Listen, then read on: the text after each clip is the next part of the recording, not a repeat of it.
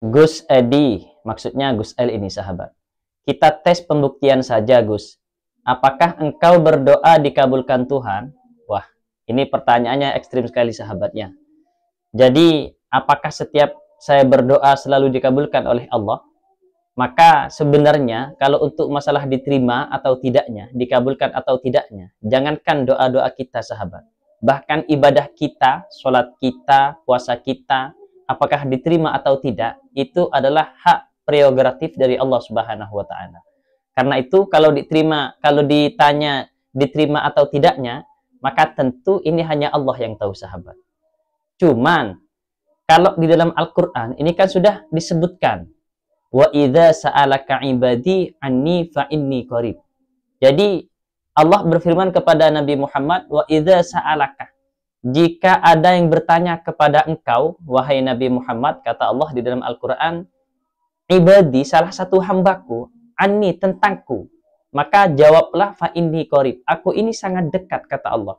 Ujibu da'watad da'i idza da'an, aku menjawab setiap doa-doa mereka asalkan atau jika mereka itu berdoa.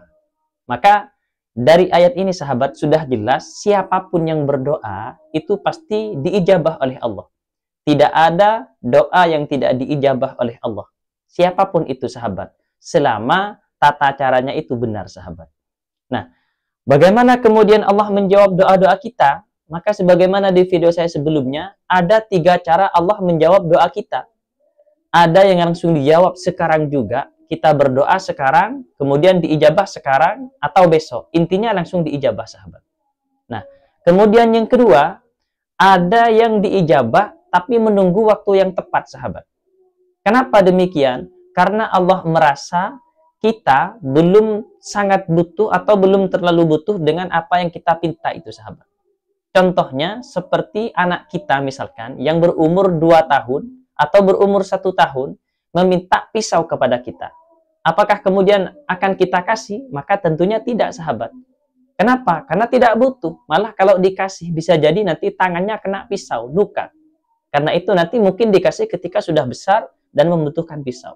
Sama halnya dengan kita kepada Allah. Jadi tidak langsung dikasih, menunggu waktu yang tepat. Nah, kemudian yang ketiga sahabat, tidak dikasih apa yang dipinta, tapi digantikan dengan sesuatu yang lebih baik dan lebih besar bagi kita. Dan ini versinya Allah sahabat.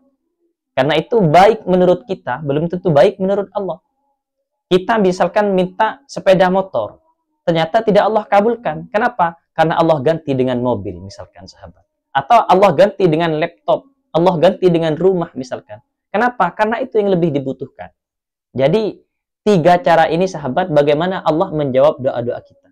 Nah, menurut pengalaman Al-Fakir pribadi, kalau kita berdoanya secara sungguh-sungguh sahabat ya, terlebih dengan ilmu riyadhah misalkan, maka alhamdulillah dari dulu sampai sekarang tidak ada doa Al-Fakir pribadi yang tidak diijabah oleh Allah sahabat. Mulai dari hal yang paling kecil sampai hal yang paling besar. Mulai dari hal-hal pribadi seperti kuliah, kemudian motor, HP, rumah misalkan, bahkan dari hal-hal akhirat seperti umroh, haji, itu alhamdulillah semuanya dikabulkan oleh Allah. Bahkan yang secara akal saya pribadi itu tidak bisa sahabat. Mengingat kita ini orang biasa-biasa, kita orang menengah ke bawah, yang kalau mengandalkan harta maka secara akal logika itu tidak mungkin sahabat.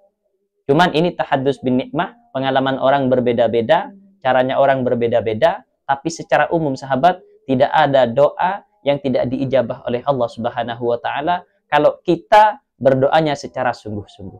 Terima kasih kepada yang bertanya, mudah-mudahan jawaban ini dapat bermanfaat.